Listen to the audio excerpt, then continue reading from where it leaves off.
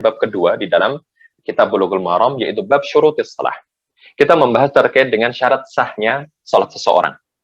Maka kita simpulkan dari kitab Bulughul Maram, syarat sah seseorang melaksanakan salat di sini adalah suci dari najis dan hadas. Najis maksudnya di sini adalah najis barang yang hukumnya najis, seperti kotoran binatang yang dagingnya haram untuk dimakan, seperti cicak, tikus, kucing, dan lain sebagainya.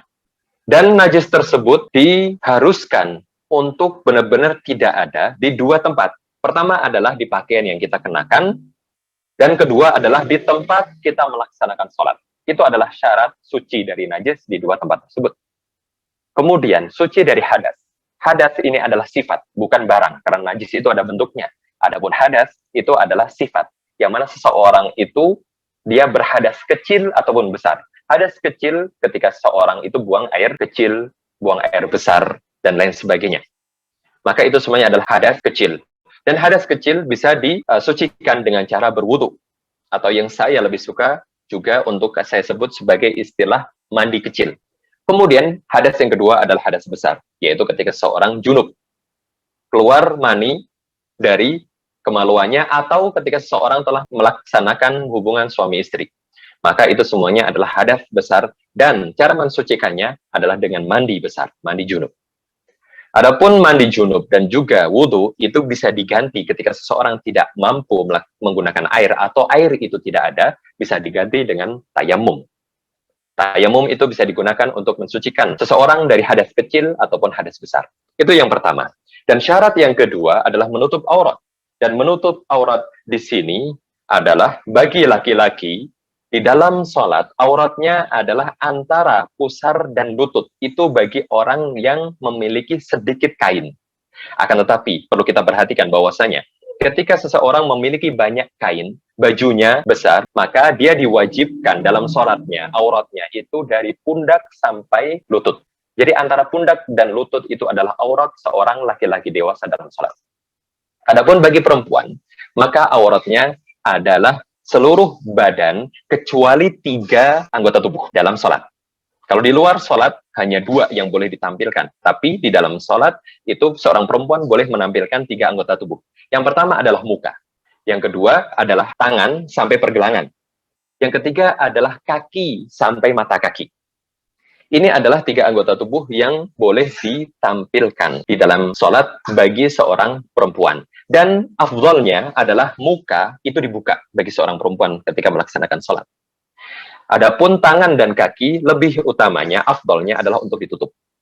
Itu adalah menutup aurat bagi laki-laki dan perempuan, dan itu adalah syarat di dalam sholat. Syarat yang ketiga adalah menghadap ke kiblat. Menghadap ke kiblat itu bukan berarti menghadap ke titik Ka'bah.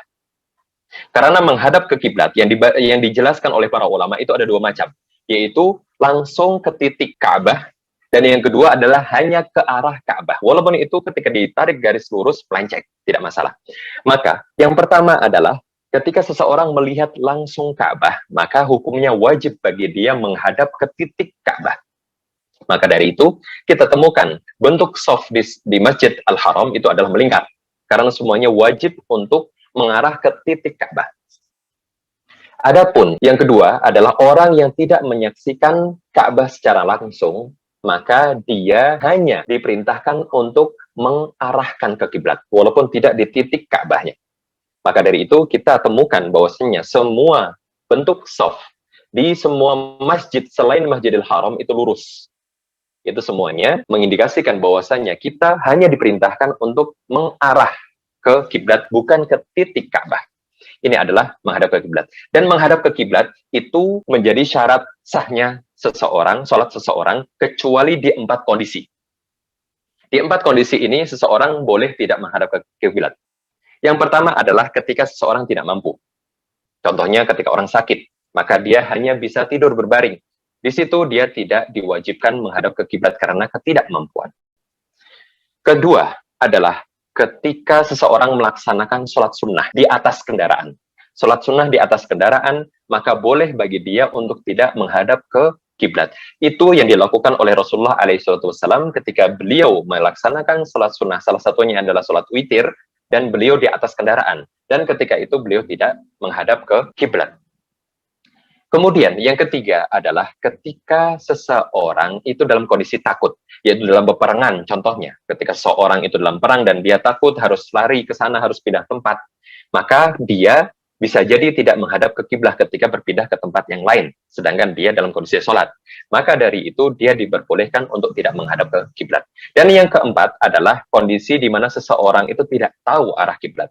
Dia diperbolehkan untuk berijtihad, mencari sesuai dengan yang dia yakini di mana itu arah kiblat dan dia melaksanakan sholat sesuai dengan arah yang dia yakini, walaupun itu ternyata bukan ke arah kiblat, maka sholatnya adalah sah. Baik, kita lanjutkan di syarat yang keempat di sini adalah tidak berkata atau berbincang-bincang selain yang masuk dalam kategori zikir, atau yang lebih rinci di sini adalah takbir, tasbih, dan qiraatul Quran atau membaca Al-Quran. Tiga hal ini adalah hal yang diperintahkan untuk kita ucapkan di dalam salat. Selain daripada zikir, yaitu ketika seorang menjawab salam orang lain, hal tersebut adalah salah satu pembatal salat. Dan ketika seorang berbincang satu sama lain juga termasuk pembatal salat seseorang, yang mana syarat seseorang itu tidak boleh berbincang-bincang dengan orang yang lain di dalam salat. Baik, ini adalah kesimpulan dari syarat-syarat sahnya salat seseorang.